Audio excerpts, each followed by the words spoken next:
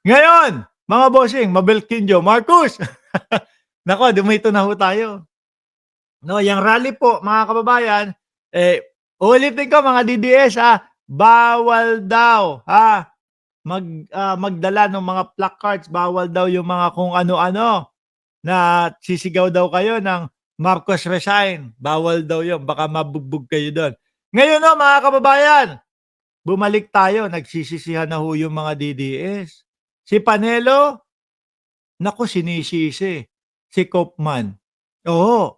Si Panelo sinisisi si Koopman ho mga bossing, kung bakit daw po hindi napayagan, yung interim release ni dating Pangulong Duterte. Sisihan na ho ito, gulo na ito. Baka mamaya umalis na din si Panelo diyan sa side nila, eh.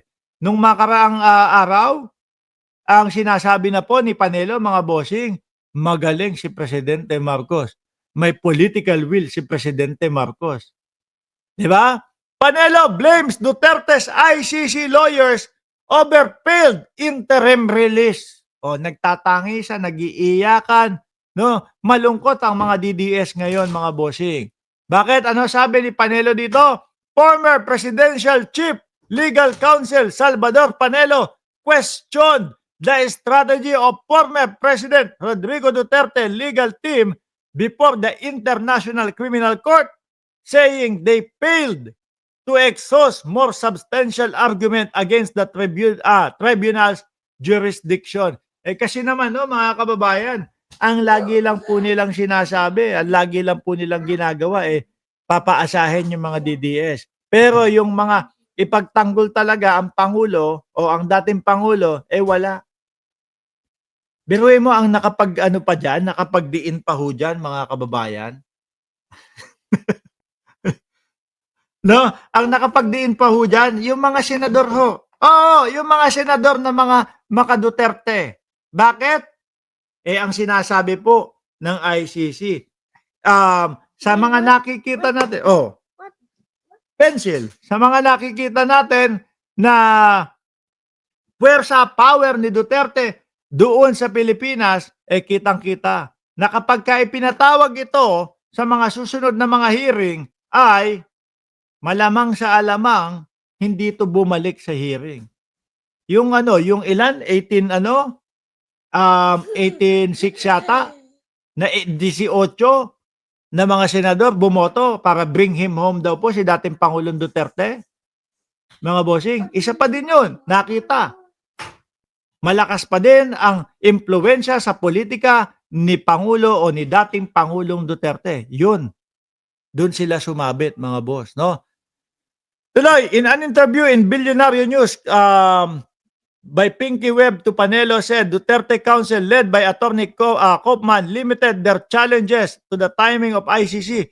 My solicited advice to the defense lawyer kasi napansin ko ang sinasabi ng chamber di ba ang nire-raise nila is parang kinu-question mo yung jurisdiction at ground mo lang is that we withdraw.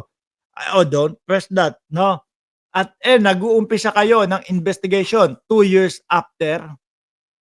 Yun. Imbis na, eto po ang sasabihin po mga kababayan, no? Kumbaga, eto po, no? Si Pangulong Duterte babalik naman po imbis na maiano nila yon, ma-establish nila yon sa ICC. Ang dating pangulo naman namin ay pupunta kada hearing. Wala po. Biruin mo ang isinigaw ni nila mga kababayan, paulit-ulit po na kinidnap si dating Pangulong Duterte. At eto, may bago sila. Si Batorni naman daw po, si Bato de la Rosa na malamang malapit na nating tawagin na dating Senador de la Rosa. Baka matanggal na po yan sa pagka-senador Araw-araw ho absent mga kababayan Maglalagpas 3 linggo na ho yata o abot na ng 3 linggo mga boss chief amo sir na absent si Bato de la Rosa. Di ba? Yan din, ano sigaw nila dyan? Kikidnapin din daw ho si Bato de la Rosa. Nak ng toko na yun. Paano mo mailalabas sa ICC yan? Di ba? Ibig sabihin lang ho nun, hindi nila nire-respeto yung ICC. Tobats, ogats ng ogats. Correct. I remember the Solicitor General at that time, nilalabanan nila, excuse me, we have a robust legal system. Tignan mo ha, we have prosecuted 1,000, we jailed 1,000. Ano pa bang pruweba na may capacity tayo? May sinipa tayong presidente, in-exile natin. 2 presidente, pinakulong natin. Libo-libo ang nakakulong. Paano mo sasabihin na wala tayong kakayahan? Eh wala, ang pinukusan nila yung mga ano lang, mga joke only lang ho. Ang pinukusan yung mga kung ano-ano. Eto pa no, may kalokohan din na nung umpisa pa si Koopman na sayang din ho ang oras ng mga Duterte.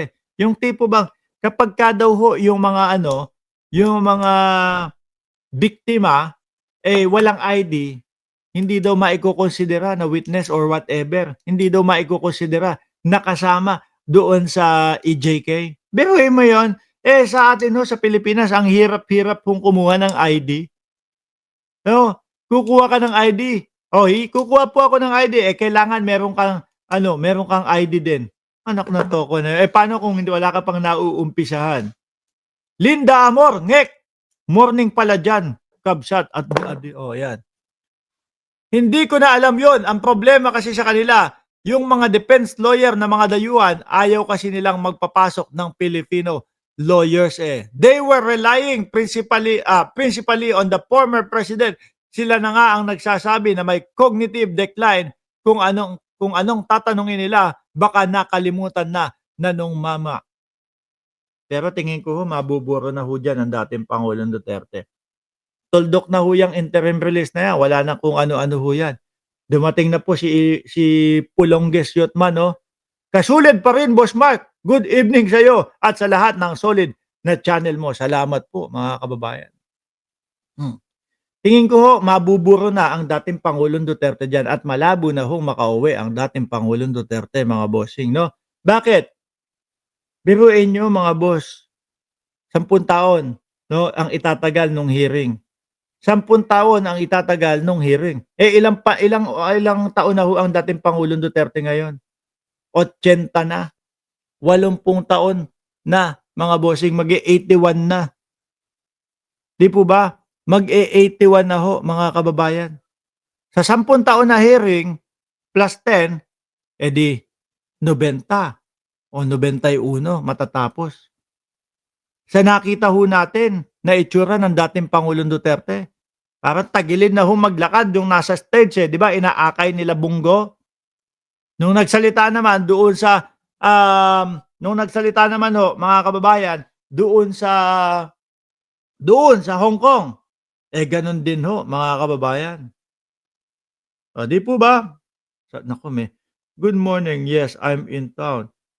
That's more than what they are going for. Okay, can you anything?